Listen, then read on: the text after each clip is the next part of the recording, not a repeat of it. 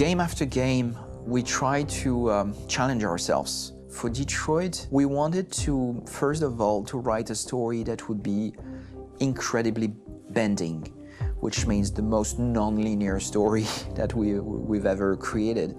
And we wanted really the player to have the possibility to change the story, change his own journey. When you're writing at Quantic, you're writing for an interactive medium.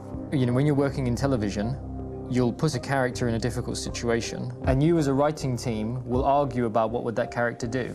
But ultimately, you have to decide what happens, and you just show the audience. What's interesting about interactive drama is you bring the player into that conversation, and it changes your job slightly as a writer, because your job is to provide a narrative context in which the player can write his own story.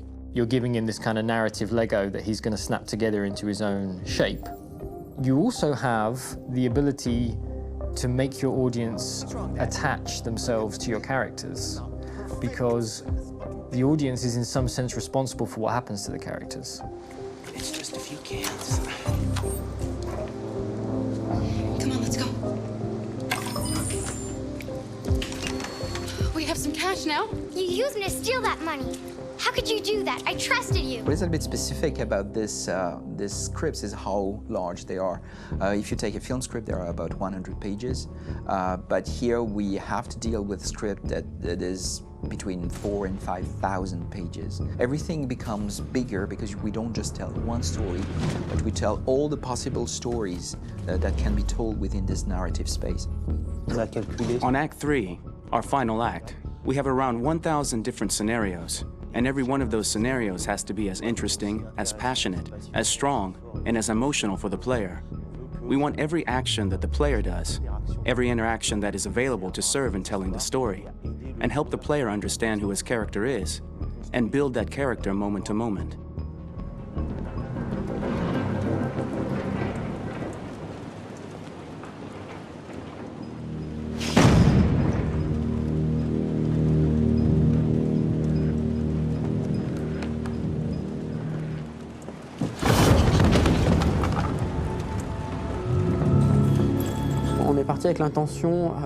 We started with the intention pretty early on that we would never lie to the player. So we implemented a visible tree structure in the game that players can consult during a scene or at the end of it, which shows exactly what they did and what they missed. There are games out there offering world exploration. We offer narrative exploration. You know, keeping control of such a wide and large story is a huge challenge. So, same thing when you shoot with actors, because you will need to shoot many different versions of each dialogue, of each scene. For actors, it's a huge, huge challenge. Because of the style of the game, you have so many different ways that the character can go. Every decision, it's what I call kind of choose your own adventure. Like every decision that the player makes, it's going to open up 40 more pages of material and experience that ties in, which means as a performer, you have to try to continue to make things feel real that the player might not ever see, but also that in performance, it's not always connected to a previous act. It's grueling, it's hard work, but it's a great team, and I enjoy doing it. I was really frustrated, until I got to this point where I kind of was able to step outside of my own experience and even in a lot of ways my own process, and be able to step outside of that and, okay, this is something new, what do you need? How do I meet you there? How do I give you what you need and still feel like I'm doing what's right? And once I did that, then all of a sudden it got really fun. It was much freer, and having to approach it in a new way and think about the player and think about how it serves them and what I'm doing for them or what I'm letting them into. It's really, I think, helped me grow in general.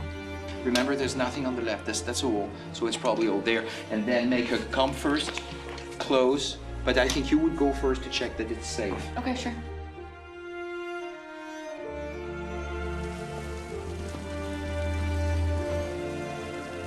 The most enjoyable thing about working in performance capture on this kind of project is that if I shot a film, I would get to do one of these endings. I get to do so many different things as Connor. Your head goes all over the place because you're trying to keep track of basically 4 different storylines for each different response. What's the name of my dog? Buddy? Scout. I think it's Jack. I can't remember. So I worked with physicality a lot because it was a good way to anchor myself in these different rings of the tree as the story grows out. I know where that is physically in my body, and then I can switch more continually on set, and it'll be entirely up to the player to determine what order those things come out and what they look like from a distance. Like if you're playing through it, the culmination of all of that will be their version of Connor. I'm faster than you, and I don't feel pain. You don't stand a chance against me. Listen, asshole. If it was up to me, I'd throw the lot of you in a dumpster and light a match to it. Tourner les scènes d'action à... Shooting action scenes at Quantic Dream is a real challenge, because these are scenes where the storytelling has to continue. It's not an action scene just to have a dose of adrenaline. The stunts have huge consequences on the rest of the story. It's really a moment where we implicate the player and tell him that the choices he makes during an action scene will have a direct impact on the evolution of his story. Mon plus grand défi sur Détroit aurait... My biggest challenge on Detroit has been managing the large number of animations that we received from motion capture. Detroit features more than 37,000 animations, which is a huge amount to handle on a daily basis. Donc il faut prendre conscience que... You have to realize that the player, in his first playthrough, will miss certain scenes. This also means that we had to think of, conceive, and produce all the potential story paths. The characters' costumes, the places, day or night, the weather. Did the character get shot in the shoulder? Did he get injured? All this consistency forced us to produce a lot of graphic assets in order to, quite simply, allow the player to have true continuity throughout the story. Honestly, we were even surprised by the challenges that come with such a big tree structure, and we did our best to guarantee quality across all the game and make sure that whatever path you choose within this narrative space, you will have an equally good experience.